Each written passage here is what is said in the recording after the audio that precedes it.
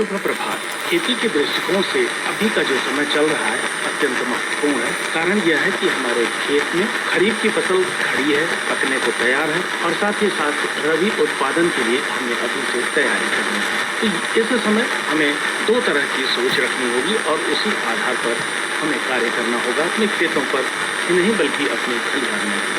रबी उत्पादन के लिए यह आवश्यक है कि अभी से हम उर्वरक की बात हो, खाद की बात हो या बीज की बात हो या खेत की तैयारी का, इन सब को सोचना शुरू कर दें और सोचना ही नहीं बल्कि इसको क्रिया रूप में परिवर्तित करना भी आवश्यक हो गया है। सबसे पहली बात उत्पादन में अगर हम देखते हैं तो यही है खेत का चुनाव, यानी किस खेत में कौन सी फसल हम उगाएंगे उसका चुनाव कर लेना, अभी से अपना मानस तैयार कर लेना है जिससे कि कोई असुविधा बाद में हमें न चले। कारण यह है कि कहाँ कितनी सिंचाई की उपलब्धता है, यह एक महत्वपूर्ण तथ्य हो जाता है जब हम इस तरफ आगे बढ़ने की कोशिश करते हैं। ऐसी स्थिति में जहाँ पर देखें सिंचाई की अच्छी सुविधा है वहीं पर आलू की फसल के लिए आप तैयार हों और साथ ही साथ थोड़ा कम सिंचाई कर सकते हैं, 4-5 सिंचाइयाँ कर सकते हैं, वहाँ गेहूँ के लिए रखें। और जौ की खेती भी अत्यंत महत्वपूर्ण होती है, इसलिए 3 सिंचाई तक या 2 सिंचाई तक किसी तरह आप कर सकते हैं तो वहाँ जौ की खेती भी कर लीजिए। और जहाँ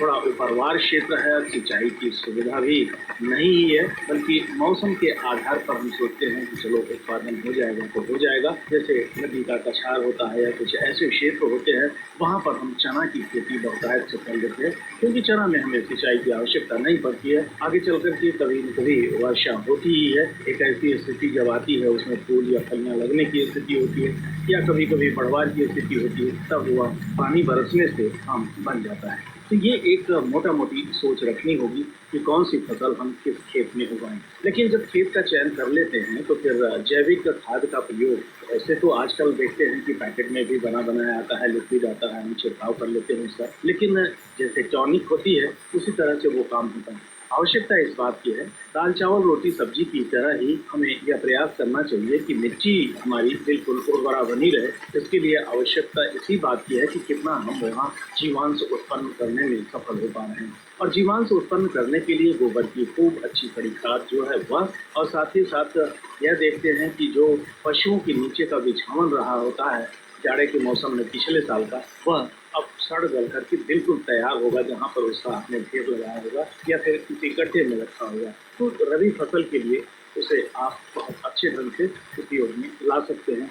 और सनई ढांचा धान की खेती के पहले अगर आपने उसमें उपयोग किया है तो उसको भी देखते हुए इसका उपयोग कर सकते हैं। कारण यह है कि जहाँ सनई और ढांचा आपने बोया हुआ था धान की खेत के लिए, वहाँ पर अगर ये जैविक खाद थोड़ी कम भी है तो भी काम चल जाएगा।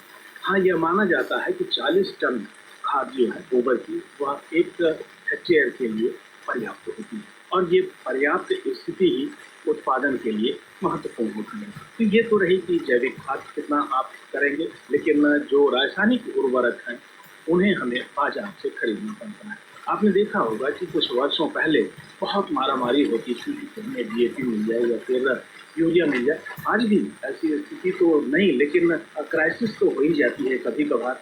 तो इसलिए पहले से आप तैयार रहें और देखें कि जो कुछ खरीदना है हमें, क्यों ना हम अभी से खरीद कर रख लें। अब जब सभी लोग उसमें खरीदना शुरू करते हैं तो स्वाभाविक सी बात है कि आपूर्ति उतनी गति से नहीं हो पाती, तो फिर हमारी जो बोने की प्रक्रिया है रबी फसल उत्पादन के लिए वह प्रभावित होती है। 2-4 दिन लेट हो जाने पर आप देखे होंगे, अनुभव किए होंगे कि उत्पादन घट जाता है। इसलिए अभी से single super phosphate, muriate of potash और यूरिया ये तो खरीद कर आप रख ही लें। यूरिया मान लीजिए नहीं भी खरीदते हैं लेकिन सिंगल सुपर फास्फेट या म्यूरेट ऑफ पोटाश या फिर डाई अमोनियम फास्फेट जिसे हम डीएपी कहते हैं वह भी खरीद सकते हैं, रख सकते हैं। और ये तैयारी अत्यंत आवश्यक है आज की तारीख में आपको करनी है, जिससे कि आपकी जो आने वाली फसल है रबी उत्पादन के लिए वह बेहतर से बेहतर हो सके।